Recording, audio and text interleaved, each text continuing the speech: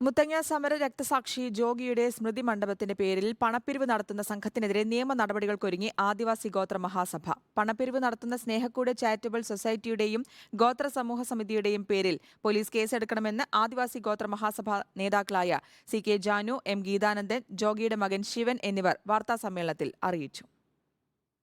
2003 മുത്തങ്ങ ആദിവാസി ഭൂസമരത്തിൽ രക്തസാക്ഷിയായ ജോഗിയുടെ പേരിൽ സ്മൃതിമണ്ഡപം സ്ഥാപിക്കുന്നതിനായി സ്നേഹക്കൂട് ചാരിറ്റബിൾ സൊസൈറ്റിയുടെയും ഗോത്ര സമൂഹ സമിതിയുടെയും നേതൃത്വത്തിൽ സംസ്ഥാന വ്യാപകമായി പണപ്പിരിവ് നടത്തുന്നുവെന്നാണ് ആദിവാസി ഗോത്ര മഹാസഭയുടെ ആരോപണം.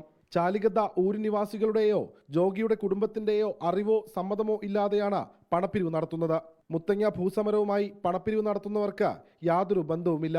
നിലവിൽ ഒരു സ്മൃതി മണ്ഡപം മുത്തങ്ങയിലുണ്ടെന്നും വ്യാജമായ രീതിയിൽ പണം സമ്പാദിക്കാനുള്ള മാർഗമാണിതെന്നും ഗോത്രമഹാസഭ CK ജാനു പറഞ്ഞു.